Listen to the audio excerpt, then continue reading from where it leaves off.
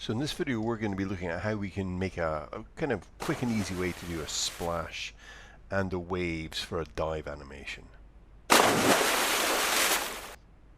Okay, so here's the scene, the diving scene in Maya. So what we have in it is we've got, let's turn some of these bits and pieces off. We've got our man here, and he's jumping off. When you do something like this, you know, remember a falling object is like any falling object, so everything falls in roughly the same manner. Make sure that his center of gravity is in his waist. You know, our center of gravity, obviously in a dive it might shift slightly, but you have to make sure that the center of gravity of this guy, that he rotates approximately around his waist, otherwise it may look a little bit weird. And sometimes, obviously in a dive with a lot of twisting and turning, the center of gravity will actually shift. Anyway, I've tried to keep this relatively basic. Okay, so I'm not really going to be going into the logistics of how to do a dive. It's more, I mean, essentially it's a falling object and you have it, he falls through this plane. If I just play it, he just falls through this plane here. Now you see the plane is moving, you know, so I'm using just a plane to make water, and I've put a ripple deformer on it so you get this effect. I'll just show you how to do that. It's pretty straightforward. So first of all, I'm going to create a polygon primitives plane. I'll make it a bit bigger, and I'm just going to lift it up so you can see what we have here. Now, when you do this, it's important that you have that your plane itself has, I'll just show you, has some subdivisions in it. Subdivisions meaning it has vertices on its surface. I'll show you what happens if you take them off. So by that I mean that you can see that if I was to put this in object mode, we have multiple vertices. If, for example, I'll go back to, sorry, that I should have said I'll put this in component mode. If I put it back to object mode and go back to the polyplane, if you have no subdivisions, so or just one, like this, then this will not deform at all, because it's the vertices that actually move up and down with a ripple or wave deformer. And so if there are no vertices other than at these corners, this can't really ripple. So it's important, if you want to use deformers, that you have something to work with. So I'm going to go back to this polyplane and I'm going to up subdivisions to 20. I think that's what I have in this one. Right. The next thing I'm going to do is I'm going to add the deformer. Now to do that, I select the plane, and in the modeling menu I'm going to go into where it says where is it, modeling, deform here, yeah, and if I click on deform, there is nonlinear, and one of the nonlinear tools is the wave deformer. I'm just going to click on that and I'll make sure that it's visible. If I'm just press show all, I just make sure that deformers is visible here, so show all, and I've got my deformer. Now I'm going to if I press Control A, I've got its I mean the attributes actually come up here as well. You'll see here are the attributes. I can access them here, or if by going to the attribute editor I can access them here by pressing Control A. So this is my deformer. So what am I going to do? Well, I'm just going to show you how it works. First thing that's very important in this, the one thing that you have to key to get it to work, is the offset. So I'm going to key the offset initially at 0 just by right clicking on this and pressing set key, and then I'm going to go to the end of, let's make this bit smaller, the end of my animation, say at frame 188, and I'm going to move this up a bit, say to there, and I'm going to key it again, set key. Now you'll see what I get then is I get this line. Now the first thing, because I don't want it, the line presently is flat, and then it gradually goes into a straight line and it flattens off again. I don't want that. I just want a linear transformation. That is, I want the same kind of transformation throughout. So I'm going to select both of these and change this to linear. Okay, now presently, if I look at this, there really isn't anything to see. Now part of the reason is, actually what I'm going to do is I'm just going to make all this other stuff invisible because it's a bit hard to see everything with this here. So I'll just turn this off so we can just look at this. So going back to the wave, the first thing I'm going to change is the amplitude. I'm going to put the amplitude. Now look, already we're seeing something. So the amplitude is actually the height of the wave. Now you'll see this, for example, amplitude, 0.1, because of the scale that these things are. If you have something, you have a very large plane. Obviously, the wave won't feel as large, but because my geometry is quite small, this gives a very pronounced effect. And you can also see that the wave happens at the middle. I'm just make this. I'll press. Oops. I'm just going to press F.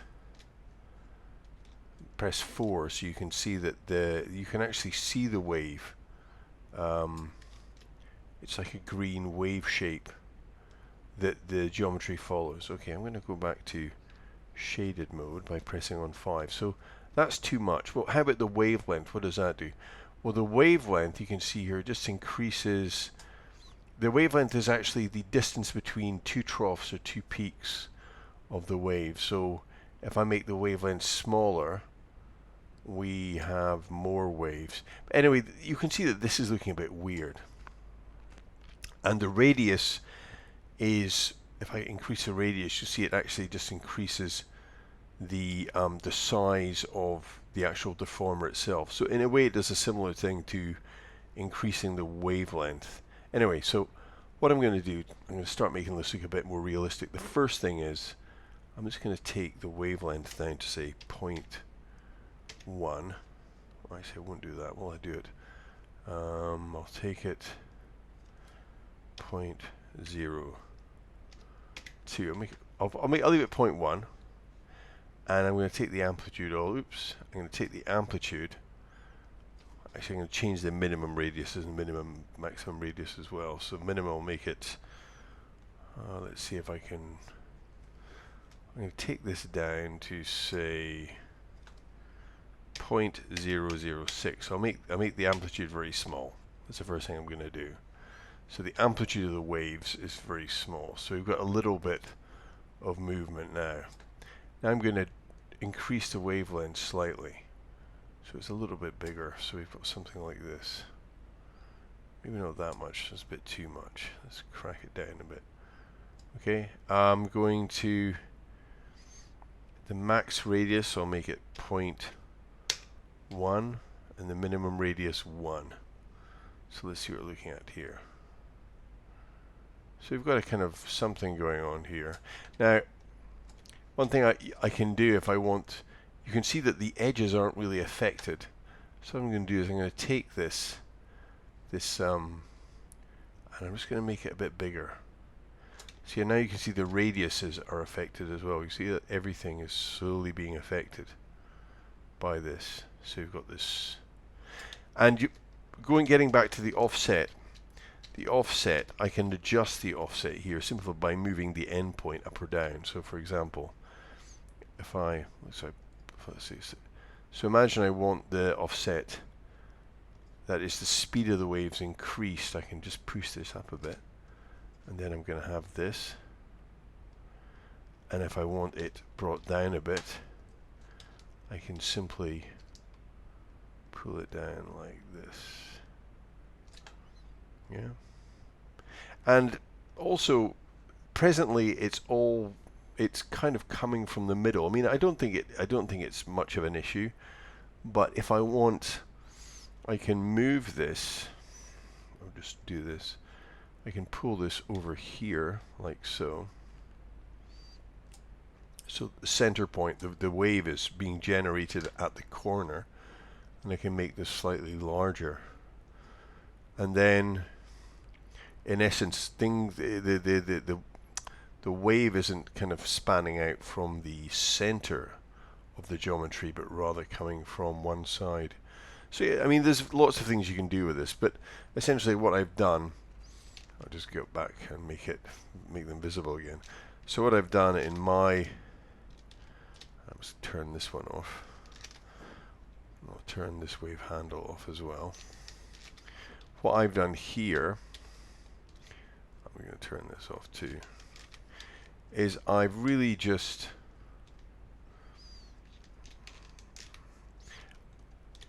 I've made the actual wave formation here maybe quite large. It's less like a pool and more like kind of open water.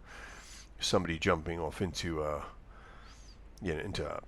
some kind of open swimming pool that is connected to the sea, because the waves look pretty high. I mean, it doesn't really matter.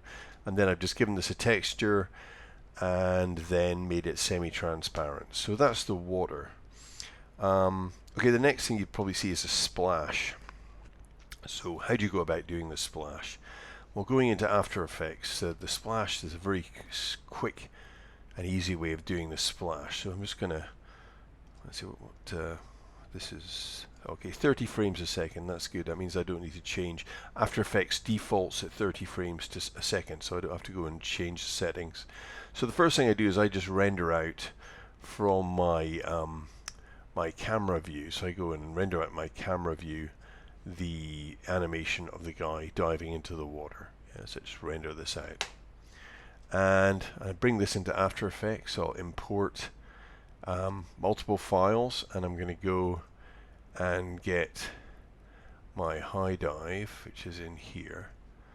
And I just need to import the first one, and it will import all of them. So that's done. I'm going to bring this here like this. So what we have, if I preview it, is our diver, and so I'm standing at the top, and he jumps off, and in he goes into the water. Now, of course, the splash adds so much to this. So how do we do that? Well, the interesting thing is on YouTube now there is lots of green screen effects. So these are effects that have been filmed in front of green screens. Lots of them are free. You can also buy them. I downloaded multiple splashes in front of green screens. These are often real splashes that have just been filmed against a green background, which you can key out very easily. I'm going to bring one in so you can see what it looks like. So I'll import this file, which is the splash. If I can find it, splash green screen. Okay, so this is it here, and what I'm going to do is I'm just going to drag it on top of this so you can see it. So what we've got is this. This is the splash. Goes up in here like that, yeah? Right, so the first thing you have to do is very simple. Is I'm going to have to put the splash on the bit where the diver hits the ground. Now the easiest way to do that is simply, I'm just going to key it now so I can see it, which will get rid of the green. So to get rid of the green, so I've got the splash here on top of the diver, I go Effects, Keying, and then I go Key Light 1.2. I'm just going to grab the eyedropper here with screen color and click on it like so, and you can see it just, because it's got such a good key, it just gets rid of it.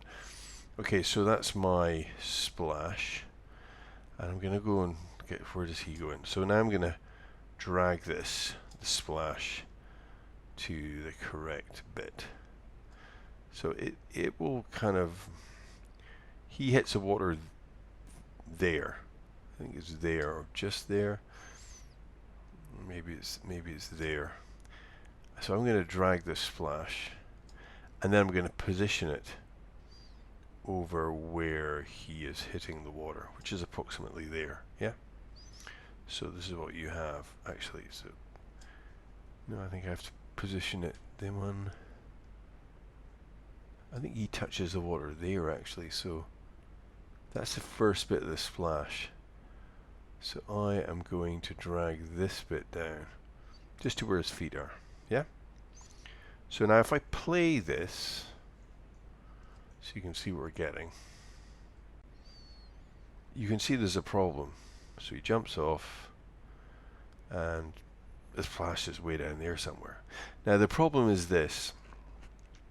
The splash is in the right place here, but because the camera still carries on panning down, as you know, the diver, as he's under the water, then I have to position the splash in the correct place. Now I could just drag it and eyeball it and say, oh god, well, he's roughly there in front of the thing, or maybe it's somewhere around here. But that's a very makeshift way of doing it. Much better way to get the splash exactly where it should be is to use a tracking marker. So to do that, I'll go back to Maya again. What I'm going to do is I'm just going to create a circle, sphere, I should say, not a circle. And I'm just going to go into the perspective view. Create a sphere. It's probably a bit big, but anyway. So sphere, and so that'll do. Yeah. So I've got my sphere, and I'm going to texture it, bright color. So I'm going to go into my Hypershade, and I'm going to use a surface shader. Surface shaders are good shaders to use because they don't have any lighting information. They don't need to be lit. They just are flat colors. So I'll make it red, bright red, and I'll call it tracker. So that's my tracker, and then I'm going to select my circle and right click, drag it and make it this color. Okay, so yeah, you remember, you select your shader, right click on it and assign to material when you've clicked on your sphere. And then what I'm going to do is I'm going to take this and I'm going to constrain this ball to his waist to get into position. So select that, then I'll select the ball, and then I shall go in the animation menu, constrain, parent, and I'll make sure the offset is turned off, because otherwise it will constrain it, but it will constrain it from there. I want it constrained at the middle. So when I go, apply, so the ball's there now. Okay, so what happens now? So I'm going to drag this down to where he hits the ground, hits the water. Let's see where it is. It doesn't hit the water there. I thought he had, but he doesn't actually, so it's here. Okay, so he actually hits the water here. So that's interesting. So I'm going to take this now, delete the constraint, because I just wanted the constraint to get it in the right position. I'll delete it off this ball. I'll make the ball a little bit smaller. Now, what I'm going to do with that ball in position, now you see, I'll just show you that. I'll go back to the camera view, and I'm going to turn everything off except the polygon, so you can see how this works.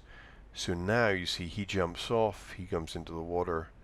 The tracking mark is there on top of the water, and it's still there. Do you see? I can still see it, so I can track the splash to this. Okay, so the thing is, when I render this out, I don't want to render. I've already rendered the scene out. I don't want to render it again with this ball in it. So what I'm going to do is, all I do is I make the geometry. I make all of this invisible in shot. Yeah. And I make the sphere. The sphere is the one thing that I want in this. But I want to render the sphere by itself on a transparent background. Now to do that in Maya, you have to go to the rendering, the rendering settings, I should say, and I can call this ball or tracker, ball tracker. And very importantly, the image format has to be a TIFF. Yeah, and I would render out the TIFFs. So I'll show you that. I'd have TIFF. Now, I'll bring this in very quickly one more time, just so I can see. So, and the water. So one thing about this is, I only want this rendered from frame 104. I only, oh, sorry, no, it's not even that. It's actually 105. I only want it rendered from when Stuart hits the water, where he's in the water, to the end of the animation. I don't need the ball before that. So I would go in and render it from 105, because in frame 104, if you look, he's just about, he's not actually touching the water yet. So frame 105 to frame 188. Oops. We'll do that again. 188. Yeah. Yep, and that's so. And as a TIFF, and then if I render this out, and I don't put any blur on it, I render it the same resolution as the other thing. If I render this out, what I get is, going back into my my high dive animation again, is I end up, let's close that, is I can go File, Import, Multiple Files, and I think I put it in my high dive folder. So let's high dive, Images, I scrub down a bit. I've got my splash tracker here, so I'm just going to import it. Done. And now I can literally take this and I can drag this over the top. Now, actually, this one will line up with the end, with the last. You see, it's this bit here. So is that one frame? I think it's here. Anyway, so this is my tracker. There, I can see it.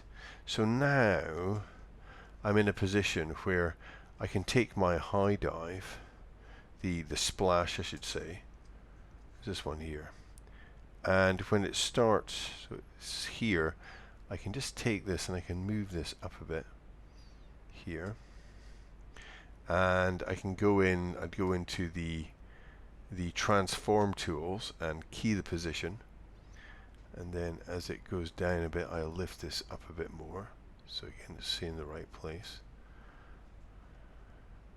And as the camera drops down, I lift this up again with my tracking marker. And as the camera drifts down, oops, sorry, make sure I've got this in the right place. So there, camera drifts down, I lift this up. Oop. Oh, so that's a bit annoying. Make sure you're lifting up the right one. I lift up the splash again. See, it's falling down a bit there, maybe there. I mean, maybe here. Oh, sorry. If you think you're in danger of moving the wrong thing, as I've just done there again, you can always put the padlock on. There we go. So then, and then I can just simply turn that tracker off. Now if we watch this, now the splash is in the right place. Yeah, and yeah, it's very quick and simple way of doing it, and yeah, I think you get a nice effect. You're not having to use fluids or anything. Then of course you can just take a splash sound and put this into your composition as well. And Bob's your uncle. Okay, well, I hope you found this interesting.